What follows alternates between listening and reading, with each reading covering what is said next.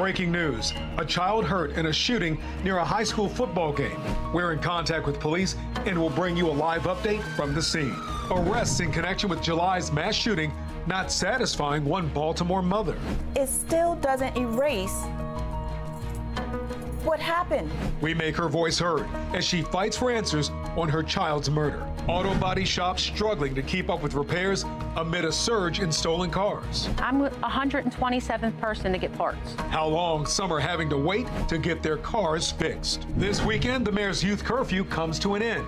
Our team digs through the crime numbers and examines if it made a difference. Live from WBFF in Baltimore, this is Fox 45 News at 10.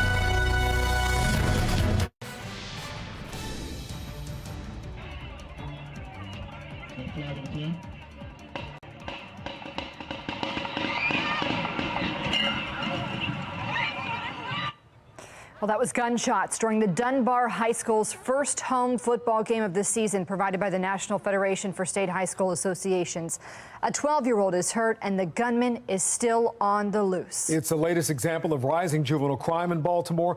This child is one of more than 70 young people hurt in shootings this year. More than a dozen others were killed, and it comes as 4 other teenagers are facing charges in connection to the Brooklyn Day mass shooting. Good evening, I'm Kai Jackson. I'm Maxine Stryker. Let's get right to Fox 45's Vincent Hill. He joins us live from the scene. Vincent, what do we know about this incident so far? Well, Maxine and Kai, that video said it best. As players and spectators were on the football field here, shots rang out just across the street, hitting that 12-year-old in the back. Now, police say it happened around 7 o'clock. That child was taken to a hospital with non-life-threatening injuries. Acting Commissioner Richard Worley explaining what led up to that shooting. Looks like he was outside, just with the crowd right here behind, outside of the game, when the suspect came up and opened fire on a crowd. Private security gives chase to the suspect, but unfortunately he gets away. And Fox 45 spoke with that security guard shortly after. Here's what he said. He had his gun in his hand. As I pulled my weapon to stop him from shooting, he proceeded to run between the cars and ran up Enza Street. And again, a 12-year-old is shot and taken to the hospital. Now, the mayor making it clear the shooting did not happen on school grounds. Maxine and Kai? Vincent, thank you. And Vincent, the youth curfew hasn't even ended yet. Did the mayor say anything about that, which is scheduled, obviously, to end this weekend? Yeah, Kai, the mayor said that the curfew wouldn't have stopped this shooting. Take a listen to what he said. This is long before the curfew would have went into effect. And just to be, the curfew itself is in effect all year. It's different in the school year than it is in the summertime. And coming up at 10:30, I look into the youth curfew and see just how effective it was in stopping youth crime. In Baltimore, Vincent Hill, Fox 45 News. All right, Vince, thank you. This is the second year in a row the school year has gotten off to a pretty violent start. 1 year ago, a Mervo High School student was shot and killed in the school's parking lot as students were leaving for the day. Police saying a student from another school shot the victim, 17-year-old Jeremiah Brogdon, before running away. He was arrested and charged with the murder. Days after that, a 15-year-old student at Carver Vocational School was grazed in the head by a bullet near the campus. He survived. In January, 5 Baltimore City public school students were shot in the middle of the school day at the Edmondson Village Shopping Center. 16-year-old Deontay Dorsey was killed. And in March, 16-year-old Isaiah Carter was shot and killed at a park near his high school during school hours. In June, city police arrested an 18-year-old Dunbar High School senior in connection with 2 murders and 6 shootings. That included a mass shooting that killed a local boxer back in March. He was arrested June 6. Court documents say he broke the law as a juvenile before being accused of committing those violent crimes as an adult. And now we're learning a 14-year-old was arrested from Patterson High School this week. He's charged in connection with the Brooklyn Homes mass shooting. Fox 45 News has learned he was wearing an ankle monitor from the Department of Juvenile Services when he was arrested. He's the second suspect arrested in connection with the mass shootings to be found under DJS supervision. Well, according to the Department of Juvenile Services, there are 14 members monitoring more than 100 young people on ankle monitors. Mayor Brandon Scott has said the state needs to completely rebuild the DJS. Fox 45 News Press Secretary Vincent Giraldi about that over the weekend. We need to improve CD. We need to improve conditions in our facilities. We need to focus on the kids that are involved in gun violence. It's important to note the General Assembly did not pass any other laws aimed at curbing juvenile crime, instead focusing on Senate Bill 1. That law takes effect 1 month from today and prevents legal wear and carry permit holders from bringing their guns near many public places, including schools. However, lawmakers did pass the Juvenile Justice Reform Act, which prevents children 13 and under from being charged with most crimes, and the Child Interrogation Act, which keeps police from questioning juveniles. They had an opportunity to amend those laws in the last legislative session, but did not. Now, many prosecutors and law enforcement officials across the state are calling those laws out, saying it keeps them from holding young offenders accountable. Fox 45's Mackenzie Frost has a closer look at the calls for change. The governor has said that adjustments need to be made to ensure that people are held accountable and there are consequences for their actions. But will that take aim at the current juvenile justice laws, resulting in any change? Really remains the question. Across the state, state's attorneys pleading for change. I think that we need to revisit a lot of these changes that we made. They're back in the community again the next day. They pick up a third. We need to do something. Top prosecutors say the juvenile justice laws making it difficult to implement accountability for some of the youngest offenders around Maryland. Police and county leaders also sounding the alarm bells about the laws. Under the new laws of the state of Maryland, it has become more difficult for police to question young people about anything. None of us feel safe. I don't feel safe. One of the architects of the juvenile reform law, Senator Jill Carter, standing by the plan. The belief that laws need to be changed because nothing can be done is part of a false narrative that's been spread. During an interview with political commentator Armstrong Williams, Governor Wes Moore acknowledging the concern. We have got to make the adjustments necessary that there can be real measurements and levels of accountability. I cannot imagine that the legislature shouldn't see this as being of the utmost importance. Euripsy Morgan, spokesperson for the community activist group Peace, says Governor Moore is facing a fork in the road. Is he going to side with the Democrats in the legislature who are more progressive, like Senator Jill Carter, or is he going to side with common sense and reason and the state's attorneys from all across the state who are saying the laws on the books right now are not making the community safer? The pressure for change may be reaching more lawmakers too. Senate President Bill Ferguson telling Fox 45 News lawmakers will consider changes to juvenile justice laws. And Delegate Lou Clippinger, chair of the House Judiciary Committee, says the current Juvenile Services Department isn't cutting it. What's becoming clear is that the Department of Juvenile Services doesn't have the services and doesn't have a plan to deal with kids who are in possession of guns. Support is growing for juvenile laws to change, while defenders of the current plans are steadfast. Morgan says politics are at play, but she says the decision should not be difficult for the governor. It is a kind of a wild card. You know, what is he going to do? Is he going to side with the legislature? Well, I hope in this case he sides with common sense and reason. The House Judiciary Committee is set to meet in about 2 weeks, starting the process of reviewing the current system and laws on the books. We'll be watching what happens. In the newsroom, Mackenzie Frost, Fox 45 News. There are growing calls for parents to be held accountable for young children accused of crimes who can't be prosecuted. Legal experts say they're split on whether that's a viable solution.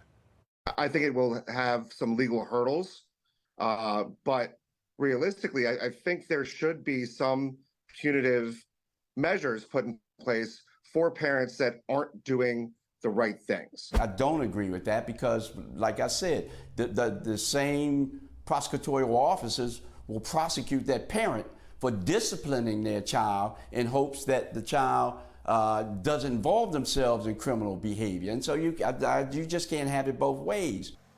Fox 45 News reached out to every state's attorney in Maryland, asking their opinions on juvenile crime. You can see their reactions on our website, foxbaltimore.com. And we want to know what you think. Ahead of the legislative session next year, what would you like the governor to do about juvenile crime? Listen to prosecutors or make no changes to the law. So far, 94% of voters say listen to prosecutors. Head to foxbaltimore.com/vote to weigh in. And stay with Fox 45 News. We'll continue to follow this developing story from Dunbar High School. Again, a 12-year-old hurt in a shooting outside the school's home opener football game. We'll keep you updated both on air and online. Turning to the Brooklyn Day mass shooting, 4 teenagers are facing charges in connection with the incident. 2 of them were arrested later this week. Plus, the Baltimore Police Department, Mayor's Office of Neighborhood Safety and Engagement, and Housing Authority all released their after-action reports on that shooting. Fox 45's Keith Daniels joins us live right now with a closer look and reaction from the mother of one of the victims. Keith? Well, Kai and Maxine, the latest developments in this mass shooting investigation top of concern for Baltimore City Hall and the police department. Police also vowing to make an arrest in those shooting deaths. All of that happening this week while one mother close to this investigation waits. Thank you. Good morning. Mayor Brandon Scott and Acting Police Commissioner Richard Worley say the case is moving forward. Progress being made in the Brooklyn Day mass shooting investigation. Both city leaders this week with new developments, including the release of BPD's after-action report. This incident, we have to remain focused first and foremost on those people who pulled the trigger. Then Thursday, the announcement of 2 arrests in the case, 18-year-old Aaron Brown and a 14-year-old suspect arrested at school this week. 4 suspects arrested in all so far, but no one arrested yet and directly charged with the deaths of the people who died in the shooting. Police pivoting to that point when pressed by reporters. Our detectives are working around the clock. We still have conference calls to talk about where the investigation is at, and we will be making some arrests. The 2 victims killed, 18-year-old Aaliyah Gonzalez and 20-year-old Kylis Fagbini. Gonzalez's mother vocal this week about BPD's after-action report. Notably, one key finding, the lack of police response that night, even before the gunfire erupted. Her stern observation for police. You showed up to work that day and you did not do your job. Do you know what happens when I go to work and I don't do my job? I won't have a job. I won't have a job for very long. And as Gonzalez waits for an arrest in her daughter's murder, she reveals just how painful a mother's loss can be. The tears never stop because everything reminds me of her. Everything. That I look in my car, she would be in my passenger seat all the time, and she just nod off, and I look at her sleeping, and she's so cute. She's not there anymore. I have to imagine that she's there. Yes, ma'am. It's not right. I know it's tough. Well, as the search continues for those responsible for the shooting deaths, police say the reward has now been raised to $88,000. $88,000. We're live tonight. Keith Daniels, Fox 45 News. Looking ahead, the council will hold a second hearing into the mass shooting. It's happening exactly 2 weeks from today, September 13th. A week after that, the council will take up the confirmation of Acting Police Commissioner Richard Worley. Today marks the start of meteorological fall, and it felt like it with temperatures in the low 80s. However, through the weekend, we'll start to get a little hotter, and we're talking a return of the 90s. I'll let you know how long to expect that hot stretch in my Weather Authority forecast. Back to you. Jasmine, thank you. Coming up on Fox 45 News at 10 o'clock tonight, our coverage of the juvenile crime crisis in Maryland continues at 10:30. As the curfew comes to an end for Baltimore, we're taking a look at just how effective it's been and why some are calling it a failure. Plus, stolen cars from across the DMV are ending up at the Port of Baltimore right here. We'll take a closer look at the problem and how authorities are cracking down on it. And after the break, a Baltimore County woman is voicing her frustration after would-be thieves tried to steal her car. Why she could be waiting months to get that car fixed.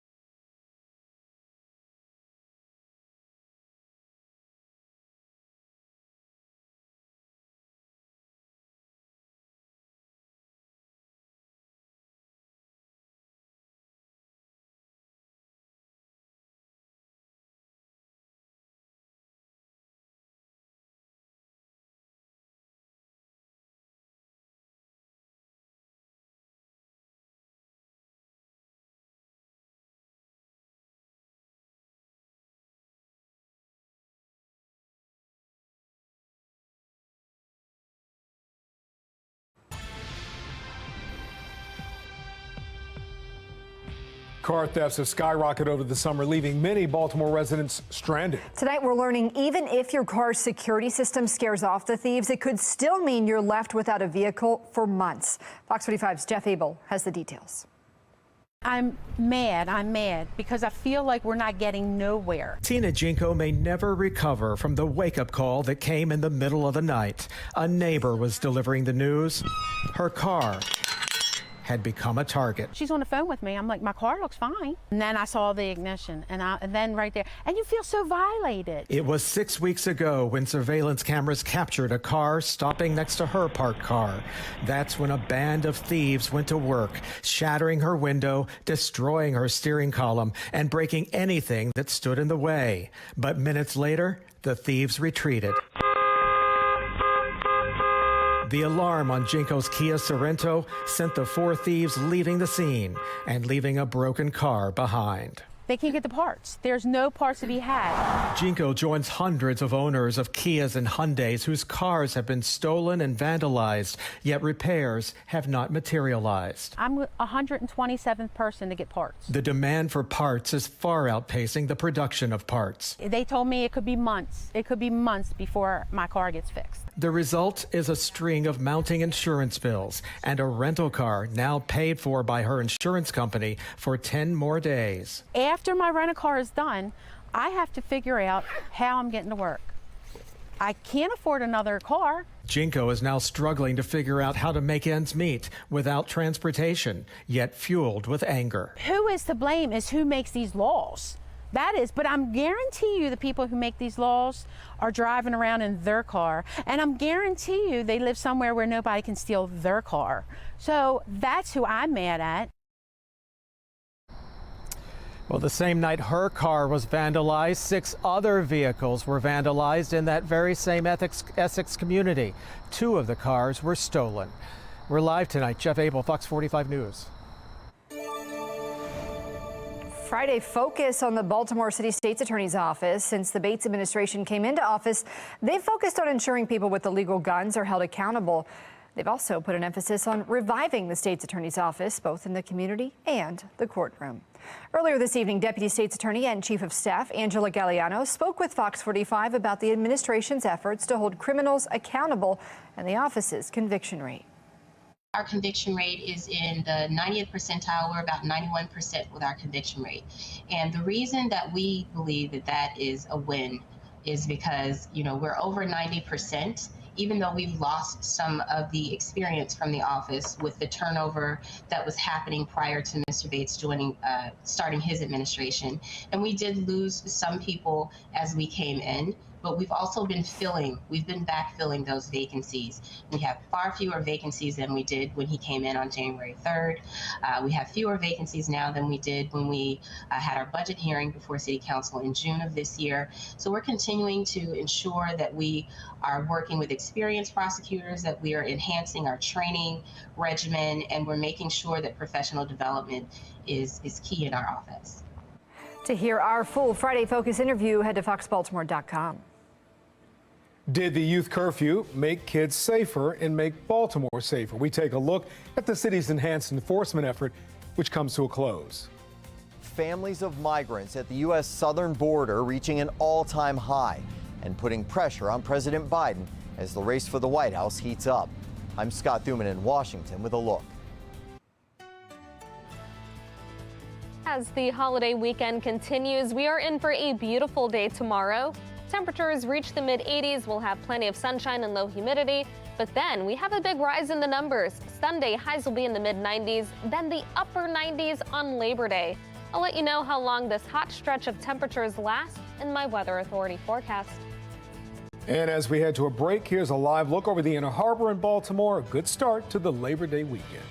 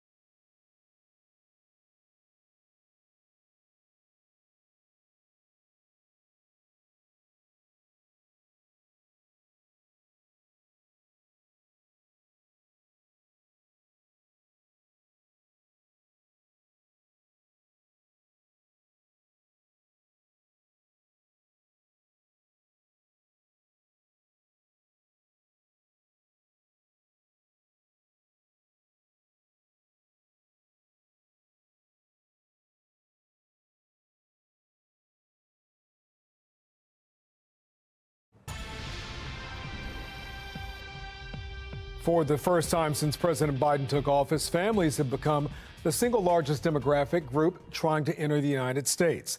So more so than usual in individual migrants. Why is it happening, and will that impact the race for the White House? Sinclair's chief political correspondent Scott Thuman has a look. This week, new images of migrants being flown back to South and Central America after U.S. officials denied their claims. Meanwhile, the number of migrant families reaching the southern border hitting a record high. According to preliminary data reported by the Washington Post, 91,000 migrants who were part of family groups were arrested in August, adding to the overall 30% increase in total apprehensions over the last 2 months. Some encouraged that President Biden vowed not to separate families, or told by smugglers they're less likely to be rejected. In New York City, which has received over 100,000 migrants since spring of last year, fights over how to handle the influx, and demonstrators demanding the federal government give work authorizations to asylum seekers. What do we want? What do we want? In Washington, President Biden is under mounting pressure, including from Democrats like Congresswoman Alexandria Ocasio-Cortez, who says immigration is arguably this administration's weakest issue. The president has asked and has said, hey, let's do this in a bipartisan way. Here's the funding that we would need to actually try to fix what's going on. And they refuse. The race for the White House The problems highlighted in the first Republican debate. What would you do about the 7 million who are here? The first thing we need to do is to stop any more from coming. Some vowing to even send the U.S. military into Mexico to stop the flow of drugs and weapons. Yes, and I will do it on day one. Here's the thing. The cartels are killing tens of thousands of our fellow citizens. Though voters soon to have the loudest say on who can best handle this surge. In Washington, I'm Scott Thuman. Fox 45 is following breaking news. A 12-year-old shot during a football game. The gunman is on the loose. The latest on the violence just outside of Dunbar High School. Losing a car can be devastating. We take a closer look at the impact that surge is having on Baltimoreans.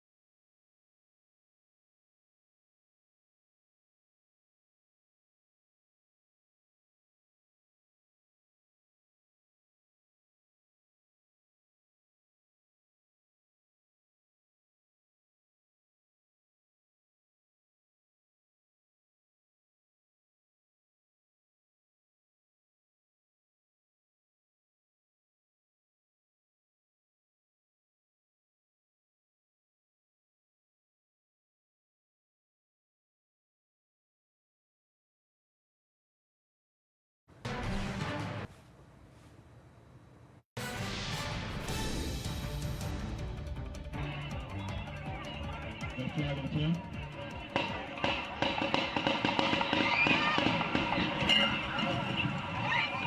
should have been a peaceful high school football game, and these poor kids are running for their lives tonight.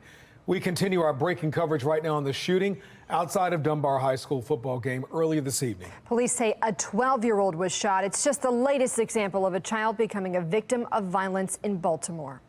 Police say it happened around 7 o'clock right next to the stadium where Dunbar was hosting its first football game of the year. The 12-year-old was rushed to the hospital. He is expected to recover.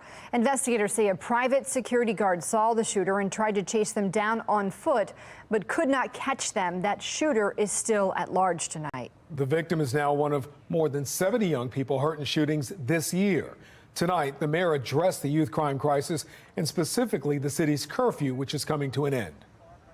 This had nothing to do with curfew because this was right after 7 o'clock, right? As you heard from the commissioner, the sun was still out, and we just have people out in their neighborhoods and someone cowardly deciding to show up and shoot at someone. Well, the enhanced enforcement for that curfew is set to end this weekend. Some city leaders are praising the success of the program, saying it helped keep kids safe. But youth crime data tells a different story. Fox 45's Vincent Hill has more. A strong message from Mayor Brandon Scott after 2 teens were shot at the Inner Harbor Easter Sunday. We are going back to the old days. We will be enforcing the youth curfew in Baltimore as we move into the latter spring and summer months. That curfew, which started Memorial Day weekend, is set to expire this Sunday, the day before Labor Day. At a town hall meeting last month, we have seen, and I've heard from not just BPD, but also from our partners in school police, a lot of good results. The mayor calling his plan a success. But weeks after it started, enforcement of that curfew went away. One of the connection centers, which cost taxpayers millions, closing its doors, while one of the transport vans vandalized by a group of teens. At this week's public safety meeting, Acting Commissioner Richard Worley saying the curfew kept youth off Baltimore streets. Even the curfew initiative over the summer, we didn't have any, we weren't involved in that, but there was most of the young people went home before the curfew was up. But this video shows a group of young people fighting in Fells Point, one of the designated curfew zones, at 2:30 in the morning. Meanwhile, according to the latest BPD numbers, juvenile shooting victims are up 50%, while BPD is struggling to get teen carjackings under control. We are struggling a little bit. Robberies have escalated lately. Part of that is with a recent increase in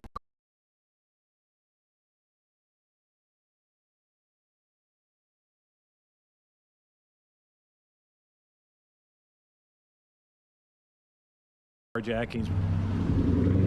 69-year-old Larry Hines, one of those carjacking victims, carjacked in his driveway just after 11:30 at night. Says 4 number 1 juveniles wearing ski masks of the suspects. Call a report being carjacked in front of his home. Hines calling the youth curfew aimed at stopping juvenile crime a joke. It didn't help. They don't pay the curfew no mind. Vincent Hill, Fox 45 News. As Baltimore's youth curfew is set to end, Washington, D.C. is launching its own curfew. Kids under 16 and under will not be allowed to be by themselves from 11 at night until 6 in the morning. Starting at midnight Saturday, police will be able to bring young people breaking curfew to the city's Department of Youth Rehabilitation Services. Officials say that move will help get a handle on a spike in juvenile violence and youth auto thefts. Most of our crime, to be honest, is in those midnight shift hours. We're talking about enforcement of a curfew because we know that we have seen a lot of young people harmed. Juvenile car thefts and carjackings have been a serious issue this summer in Baltimore. Just this week, Fox 45 obtained this video of an 11-year-old accused of stealing a car and crashing it. Police let the child go without punishment, saying they could not charge him because of the state's juvenile justice laws. But it's not just kids. Car thefts are happening and spiking as well. In the past 7 days, Baltimore police say they responded to 206 thefts across the city, averaging 17 cars stolen a day. Fox 45's Amy Simpson is talking with the victims about how much damage the car thefts can do to a family. It's been a summer stifled by stolen cars. I had no idea who took it. I have no idea what happened to the people that took it. No, nothing. Andy Jarvis of Riverside Park says her 2018 Hyundai Tucson is among the more than 6,500 cars stolen in Baltimore City so far this year. They found it the night that I figured out it was stolen. Jarvis says the car was found within 24 hours in mid-July out in White Marsh. It was in pretty bad shape. Jarvis taking these pictures at the city's impound lot a few weeks later. Broken glass littering the floor, trash and a condom wrapper on the driver's seat, and the car's insides spilling out. The wheel was, like, the whole ignition was completely, like, towards the dash, on, like, really high up. The seats were completely laid back. All the windows were broken except the back and the front. While she says she has no idea who stole her car, she thinks it's likely another case of teenagers taking a car on a joyride. Signals that they didn't really think it through, just kind of careless act. City State's Attorney Ivan Bates indicating just how big of an issue this continues to be in Baltimore. It's very frustrating. You have officers doing their job, risking their life. You have victims who struggle to make the car payments, struggle to pay the insurance, doing what they can, and here comes a young kid, a child, stealing their car because it's a game. They think the system will hold that child accountable, but it's not happening. And just across the city's southern border in Anne Arundel County, a similar message last month. They're using the vehicles to joyride in. They're using the vehicles to go out and commit other crimes, to include stealing more cars. Young children unable to be held accountable due to their age and state law. The 11 and the 12-year-old, had it been a carjacking or an attempted carjacking, that meets the criteria for those offenders to be charged. But since it was a crime against property, which motor vehicle theft is a crime against property and not a crime of violence. Leaving real people like Andy, to pick up the pieces, knowing answers may never come. There were some personal items in the car that I cared about more than the vehicle itself, so I would say pretty sad to never know what happened to those items or the people that took it. So I think that's just a gap that will always have to be empty. Amy Simpson, Fox 45 News.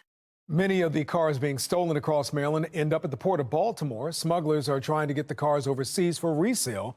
U.S. Customs and Border Patrol recovering 12 stolen vehicles from a farm combine at the port. Those seizures are valued at more than $400,000. Officials at the port say it is impossible to check every shipment, but they're always trying to crack down on thieves. They say they're sending out a Honda Accord, and we x-ray it, and then we see a pickup truck. Obviously, red flag for us. 800,000+ cars come through here. Yep. How many of them can you check? We can check as many as we have to try to disrupt these transnational criminal organizations. Well, agents have intercepted more than $11 million worth of stolen vehicles over the past year.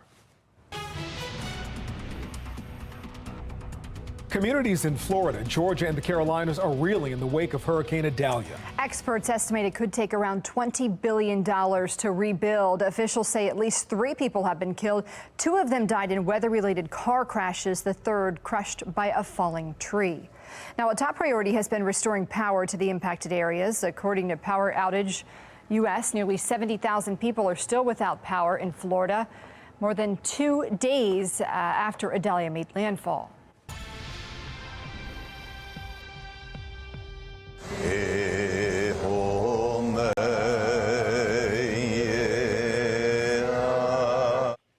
Hawaii is also facing a disaster recovery. Faith leaders held vigils across the state today to honor those lost in the Maui wildfires. As of this morning, the death toll from the wildfires stood at 115. And as the president requests more funding for the federal response to the Maui wildfires, there are new questions over how that money is being spent. National correspondent Kayla Gaskins has the details. Devastating hurricanes, disastrous wildfires, racking up astronomical recovery costs. The White House now says FEMA needs more money, asking Congress on Friday to authorize an additional $16 billion in emergency funds, a $4 billion increase from the initial $12 billion asked for last month. Every American expects FEMA will show up, and when they're in the middle of a disaster, and I'm calling on Congress to make sure you're able and have the funds to be able to continue to show up. This request comes as congressional Republicans increase scrutiny of the Biden administration's response to the Maui wildfires, promising to launch an investigation, specifically looking at how federal tax dollars are being spent. We want to make sure that tax dollars are going to where they're supposed to go, to the people who need it the most. Criticism escalating following reports FEMA personnel in Maui were staying at five-star resorts 40 minutes from the disaster site, such as the Four Seasons. These luxury hotels typically cost more than $1,000 a night. We asked FEMA how much they paid and have not heard back. Some questioning why responders didn't opt to stay at cheaper hotels closer to the disaster site. FEMA Administrator Deanne Criswell says she'll cooperate with any congressional investigation. I'm happy to testify on what the federal role was in this process. Speaker Kevin McCarthy says he wants to know why so many people died in the fire in this day and age. Also, Biden himself taking criticism for the nearly 2 weeks it took him to visit the island. Wow, he's finally here. Yeah, thanks for nothing. The additional FEMA funding request could further complicate budget talks on Capitol Hill as Democrats and Republicans struggle to find a solution in time to avoid a partial government shutdown on October 1st. In Washington, I'm Kayla Gaskins. This is a live look at Ocean City right now. Look at the moon hitting that water, Maxine. Beautiful there on the Eastern Shore. Thousands of Marylanders are already hitting the road for the Labor Day weekend. If you're lucky, you got out today. If you're heading down the ocean, as they say, make sure you are safe in the water. Coastal communities from the Carolinas to New Jersey have been facing powerful waves. This time because of Hurricane Franklin, not Idalia, off the coast. Franklin churning up rip currents, making it risky to get into that water. Now, the good news is the waves are expected to die down over the weekend. The Ocean City Beach Patrol says even though the rip currents will be getting weaker, you should still be aware of what to do if you get caught in one. The most important thing to do is just relax, try not to panic. If you do feel like you're in trouble, you can wave for help, or if you're comfortable enough in the water, you can try and swim parallel to shore until you're out of the current and then safely make your way in. Obviously, if you don't feel like you can do that, we should notice and come out and get you, but you can always wave your hands to us and someone will come out and help as soon as possible. Note what he said. Don't swim with